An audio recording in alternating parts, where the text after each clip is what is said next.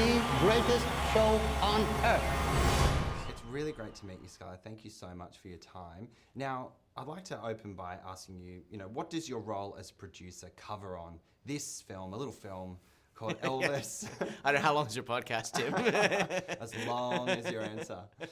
I'm very fortunate in that I've worked with Baz and Catherine for almost 20 years now in an evolving capacity. But now as producer, that's working very closely with both of them to help develop and manage and ultimately realize the big vision. And then on a day-to-day basis, it's many, many things in service of that goal. Yeah, I was going to say, I thought it's quite a loaded question to open with because producers have many hats. That's right. Now, I'm going to get the COVID question out of the way. Let's just do that now. So what were some of the biggest challenges rescheduling the shoot for such a massive production like this? Were you shut down for about 12 months at one point? Not quite that long. Right. I would say that when our esteemed actor Tom Hanks got COVID was in mid-March, and we were back up and running into pre-production by end of August, and we were shooting by the end of September. So I think we were really fortunate. It was unbelievably challenging for the production, not least of all because it wasn't something unique to us. It wasn't like a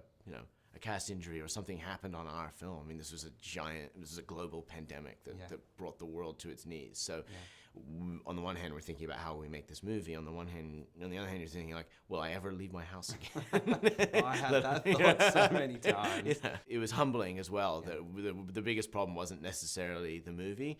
We felt a tremendous responsibility to the work and also to the hundreds of cast and crew who were poised. This was 2 days before we were supposed to start shooting. Wow. So people had already at that point put years of their life and energy and talent into this movie, and we felt a great responsibility to make sure that we realized it. And Austin Butler, it just was an incredible testament to his own dedication. He declined to return home to the U.S. during the hiatus and said, I'm going to stay right here in Peppers Broad Beach in a state of heightened readiness. Continued all of his own personal. We had to shed our whole production that kind of was helping him. His movement coach and all the vocal coach and everything went away, and he just kept it up himself in his room in the hotel for months.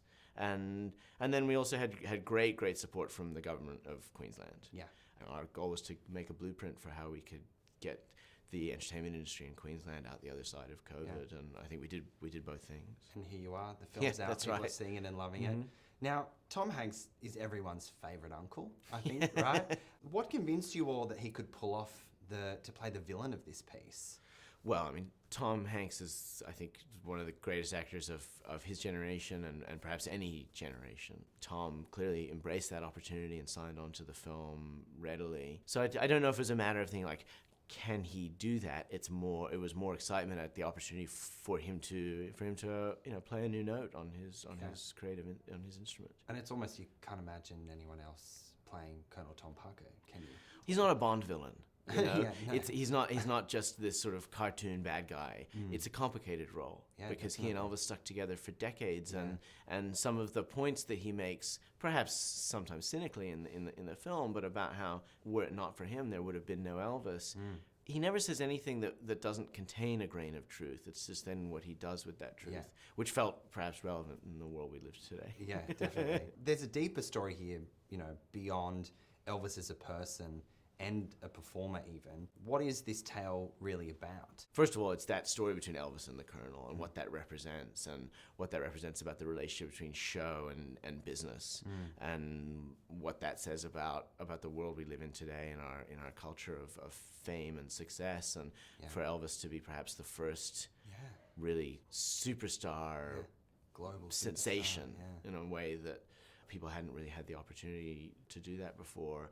Looking at the eras of Elvis's career, America in the 50s and 60s and 70s, and what sort of overlaying that with what was going on in the United States at that time, and again, how that applies to where we find ourselves now. What's it like working with visionaries like Baz and Catherine Martin? Well, you say that as if I work with dozens of them all the time. Working with Baz and Catherine is a singular experience. Yeah. It's sort of hard to relate that to anything else, except to say, perhaps I can share one of my impressions of impression Baz's, or impersonation? I don't know. Which one should we start with? Yeah. Do the impression. Well, I think one of the hallmarks of Baz's creative process is collaboration. And what I think people may not necessarily appreciate unless you've worked with Baz is that because he is so confident in his own vision and such an incredible communicator and showman, it makes him very collaborative and very open. Awesome. And he welcomes ideas from anyone, whether it's a multi-Oscar winning actor who's in the movie or whether it's somebody whose job on set to trim the hedges. If it's a good idea and it serves the story, Baz is into it and it will be on screen. Yeah, and I was talking to Catherine earlier and she was saying that between them they've got a bit of a shorthand, having been together and working together Right. creatively for so Yes. long. I'd love to be on a fly on the wall to see these movements and these conversations. It's great, and as I said, they've been collaborating for over 30 years. I mean, my sort of 18 odd years at Bazmark makes me somewhat new because there are plenty of surrounded by people in the sort of core team who've worked on their movies going back to Romeo and Juliet or Moulin Rouge. So there's a shorthand between them, there's a shorthand between each of them and their sort of key collaborators, and then kind of between all of us. It's a really unique place to work. And final question, thanks so much for your time again, Scarlett. It's been great talking. Yeah. What do you hope audiences will take away when they see the film, when they see Elvis? This is a big screen, big spectacle movie, and I really hope that audiences come together in the theater and sit in a dark room full of strangers and go on this immersive journey. Whatever lingers with them as they're shuffling out of the theater as the credits roll, or maybe talking afterwards over a coffee or a drink. I mean, it's sort of up to you what to take away, but it's just that act of going to the movies and going somewhere and then carrying that around with you. I hope that people have that experience. Yeah, and what more could you ask for as a filmmaker? Yeah, exactly. Amazing. Thank you so much, Scarlett. Thank you. Appreciate it. Nice to meet you. Nice to meet you.